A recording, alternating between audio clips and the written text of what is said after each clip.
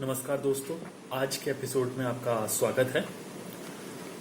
श्री मोरूमल चेतनदास ब्रह्म खत्री, बेवतन, जयपुर। मेरे पिता साहब जी की स्वामी लीलाशाह महाराज जी के परिवार वालों से अच्छी पहचान थी।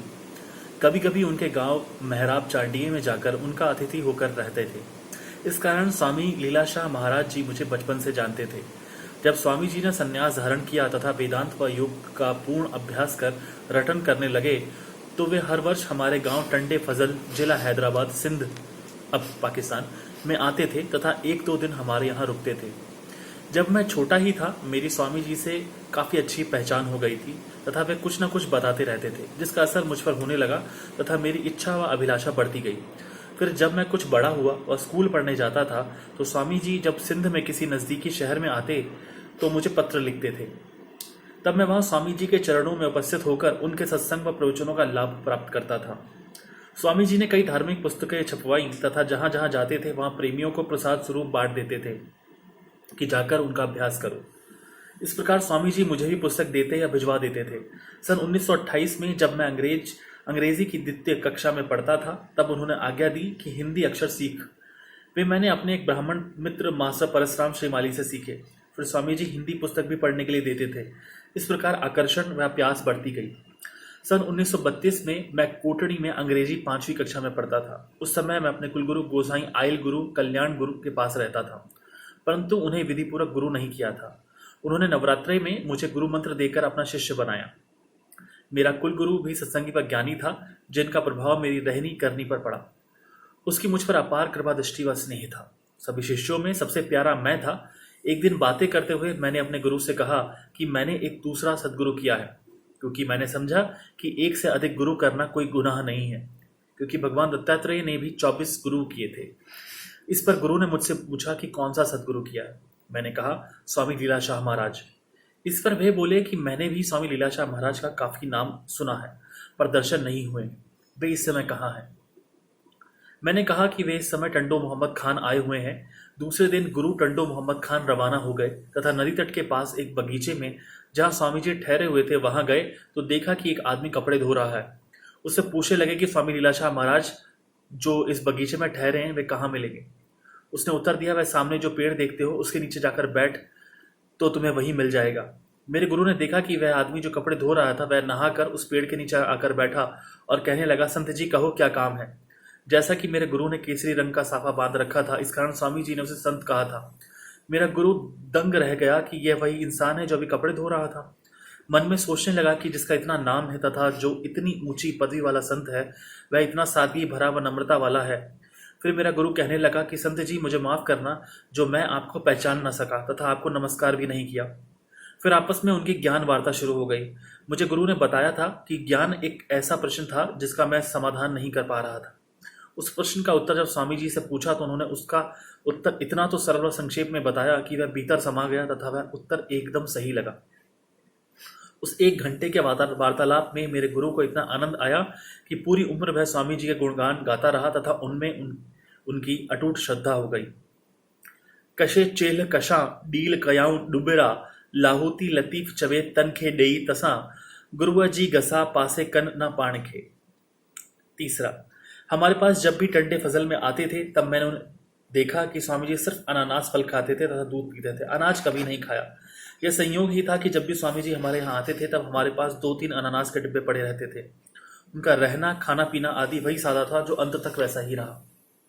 चौथा, जहाँ भी स्वामी जी से मिलने जाता था वहाँ एकांत में समाचार पूछकर फिर अपने बारे में बातें बताते थे कि बचपन में मैंने ऐसा किया, यह देखा, आदि आदि।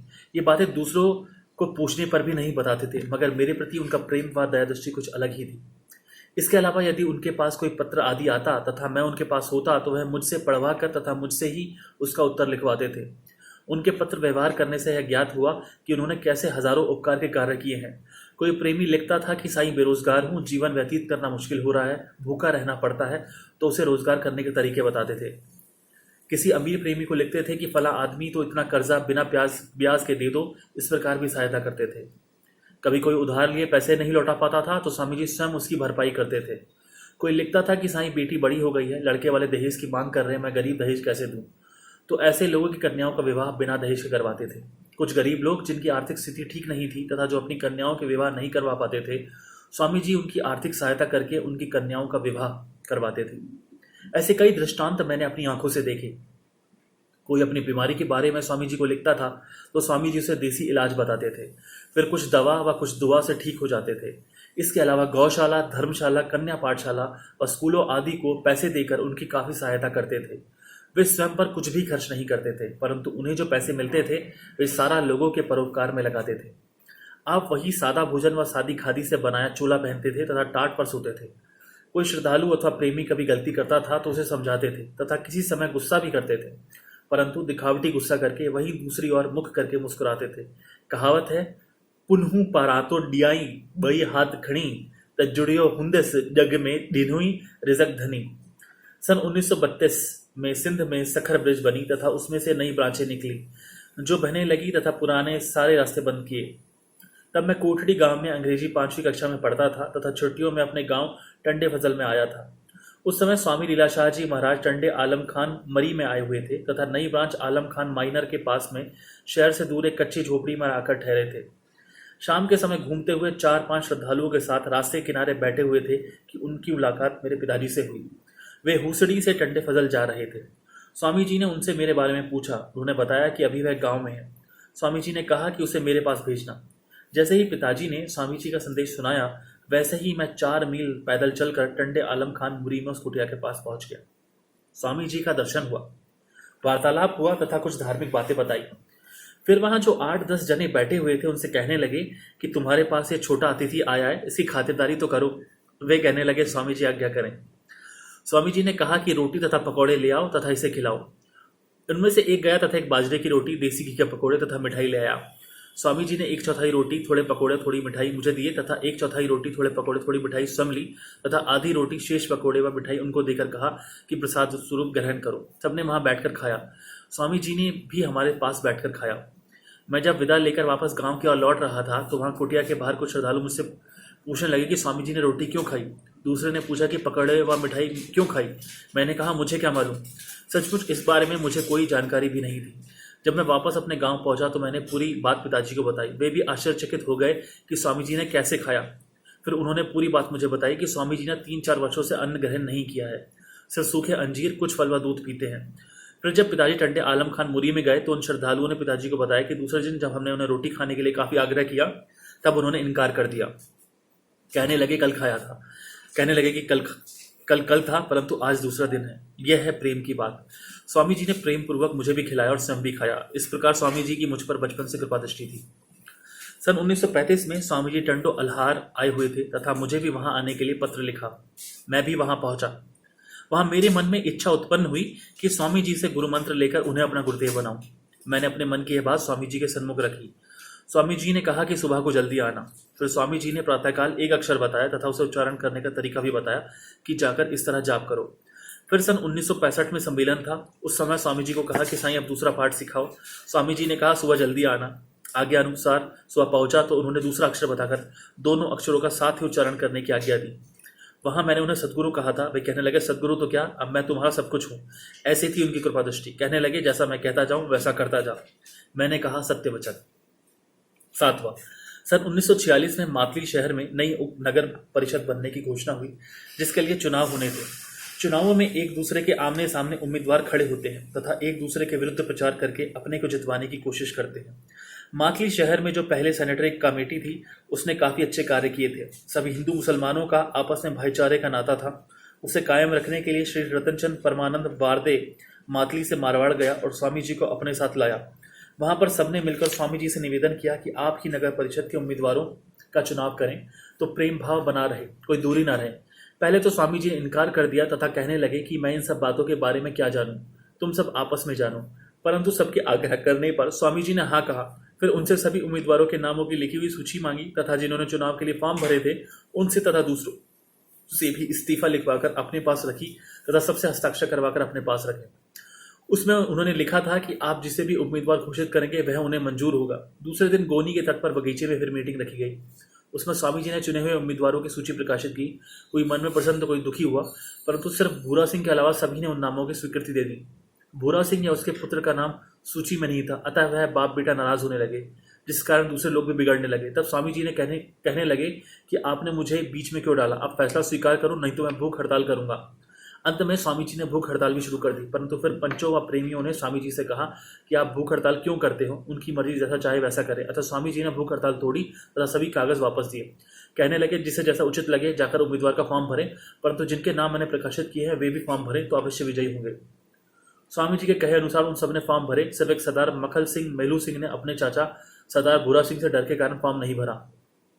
चुनाव के समय काफी कशमकश चली।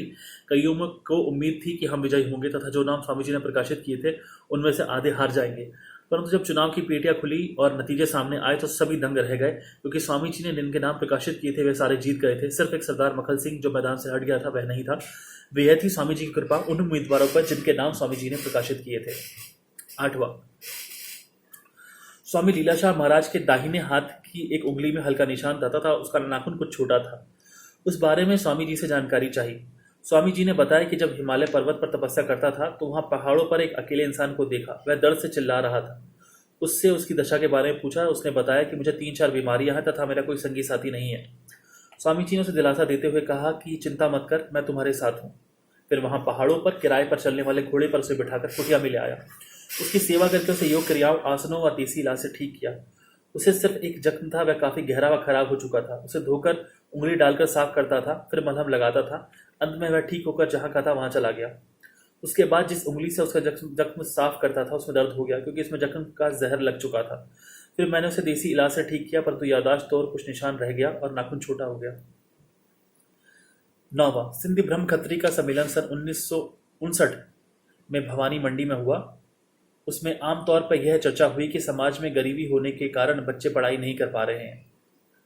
ये 1969 है, 1969। सिंधी ब्रह्म खत्री का सम्मेलन सन 1969 में भवानी मंडी में हुआ। उसमें आमतौर पर यह चर्चा हुई कि समाज में गरीबी होने के कारण बच्चे पढ़ाई नहीं कर पा रहे हैं। स्वामी जी ने फरमाया कि एक विद्या सहायता फंड स्थापित किया जाए तथा उसमें दान दो।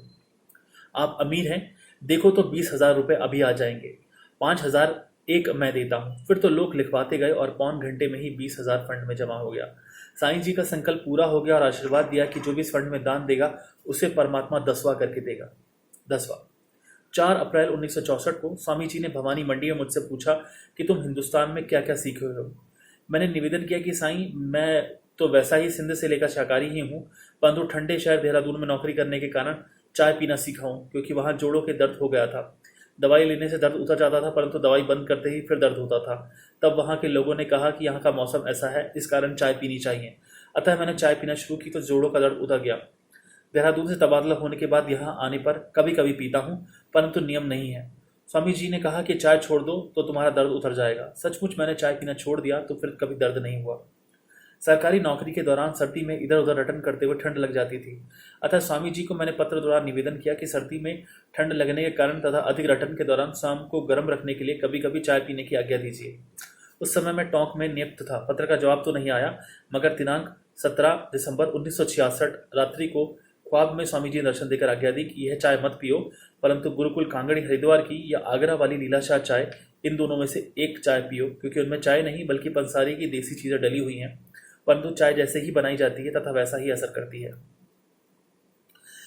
11वां, जब मैंने सन 1965 वाले सिंधी ब्रह्म खत्री सम्मेलन के लिए स्मारिका लिखी, उसमें मैंने स्वामी लीलाशाह महाराज जी का जीवन परिचय संक्षेप में लिखा था, मगर मुझे स्वामी जी के माता पिता व दादाजी के नाम मालूम नहीं थे, न ही गोत्र का पता था। वैसे भी स्वामी जी से कोई पूछता था तो वे कहते थे कि संतों के माता पिता तो परमात्मा होते हैं, किसी को कुछ बताते नहीं थे। मैंने कई बड़ी आयु वाले बुजुर्ग खत्रियों से पूछा, परंतु किसी भी मालूम नहीं था। आखिर हिम्मत करके स्वामी जी के पास गया और उन्हें निवेदन किया, स्वामी जी आज्ञा हूं तो एक बात पूछूं। उन्होंने एकदम जवाब दिया, तुम पूछने आए हो, माता पिता दादा का नाम व गोत्र वह पूछ लो। मैं दंग रह गया। स्वामी जी तो दिल के मालिक थे, सब कुछ जानते थे। मैंने कहा, स्वामी जी बता दीजिए। उन्होंने मुझे सब कुछ बता दिया। तब मैंने उनका जीवन परिचय लिखा। स्मारिका में उसे छपवाने की इजाज़त मांगी तो उन्होंने इजाज़त दे दी, परंतु कहने लगे कि यह बात हटा दो, वह बात हटा दो। मैं दंग रह गया कि जो मैंने लिखा है वह तो जयपुर में लिखा है, परंतु स्वामी जी यहाँ जेतपुर में सब कुछ कैसे जान गए। फिर आज्ञानुसार मैंने वे बातें किताबों में से निकाल दी। 12वां, दिनांक 8 नवंबर 1966 को स्वामी लीलाशाह महाराज जी अजमेर पधारे। वहां से 9 तारीख रात्रि को रेल द्वारा पालनपुर होते हुए आदिपुर गांधीधाम की ओर रवाना हो गए। मैं सिरोही से दिनांक 10 नवंबर 1966 सुबह अजमेर पहुंचा, परंतु स्वामी जी पहले ही जा चुके थे तथा उनका दर्शन नहीं हो पाया। इसलिए मन ही मन में स्वामी जी के बारे में कहने लगा कि सदगुरु महाराज ने दर्शन नहीं दिया, अगर एक दिन ज़्यादा रुकते तो दर्शन हो जाता, अथवा रेलवे स्टेशन पर गाड़ियों के क्रॉसिंग के समय ही दर्शन हो जाते तो कितना ना अच्छा होता। इसलिए स्वामी जी ने 13 नवंबर को प्रातःकाल 5 और 6 बजे के बीच में ख्वाब में दर्शन दिया तथा आज्ञा दी कि इच्छा कर। मैंने कहा कर दी। उन्होंने फरमाया कि बोलो मुक्ति पाऊंगा। मैंने उत्तर दिया हाँ स्वामी मुक्ति पाऊंगा। यह अक्षर कहने पर आंखें खुल गई। स्वामी जी ने दर्शन भी दिया, वार्तालाप भी हुआ और आशीर्वाद भी दिया। ऐसे थे दयालु स्वामी जी। 13वां दिनांक 19 अप्रैल 1966 को प्रातःकाल 4:55 पर स्वामी जी ने स्वप्न में दर्शन दिया। वे मेरे पास आ रहे थे तथा अपने पास बुलाया। जैसे ही मैंने उन्हें दंडवत प्रणाम किया, उन्होंने आशीर्वाद देते हुए 3 मुक्के पीठ पर लगाए। पहला मुक्का कि आयु बड़ी हो, दूसरा मुक्का कि शुद्ध बुद्धि मिले, तीसरा मुक्का कि समाज सेवा के कार्य करते रहो। दूसरे दिन 20 अप्रैल को स्वामी जी का आगरा से लिखा हुआ पत्र मिला।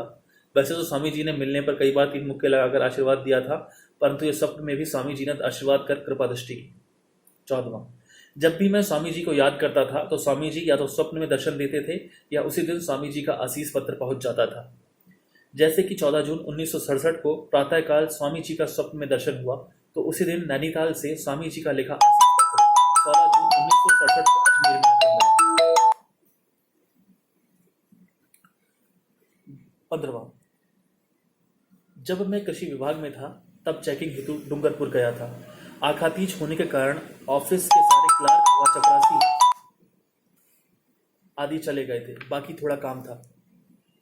मैंने सोचा कि मैं 2-4 दिन ठहरकर अकेले ही काम करके रिपोर्ट तैयार करूंगा, नहीं तो रिपोर्ट अधूरी रह जाएगी तथा 20-25 दिनों की मेहनत व्यर्थ चली जाएगी। अकेले में काफी कार्य करने के कारण सीने में दर्द होने लगा। डॉक्टर ने काम छोड़कर आराम करने के लिए कहा, पर मैंने सोचा कि रिपोर्ट तैयार न होने के कारण 5 दिन की मेहनत व्यर्थ चली जाएगी। अतः काम भी करता रहा और बीच बीच में आराम भी करता रहा, साथ ही दवाई भी लेता रहा, परंतु मन घबराया हुआ था। दिनांक 7 मई 1967 रात्रि को डूंगरपुर में स्वामी जी ने स्वप्न में दर्शन दिया तथा कहने लगे कि घबराओ मत, दर्द उतर जाएगा। सचमुच दर्द उतर गया। रिपोर्ट तैयार की तथा अजमेर पहुंच गया। ऐसे थे दयालु कृपा सिंधु से सीने का दर्द ही दूर कर दिया। 16वां ऑफिस कार्य के सिलसिले में मैं झालावाड़ गया हुआ था तो स्वामी जी अजमेर पधारे तथा मेरे भाई से पूछा कि मोरूमल कहाँ है। उसने बताया कि झालावाड़ में है। वहां उन्होंने मुझे टेलीग्राम द्वारा शीघ्र अजमेर आने को कहा। धुलेटी होली होने के कारण पोस्ट ऑफिस बंद थी, इस कारण टेलीग्राम धुलेटी के दूसरे दिन दोपहर को मिला। उसी दिन स्वामी जी अजमेर से जाने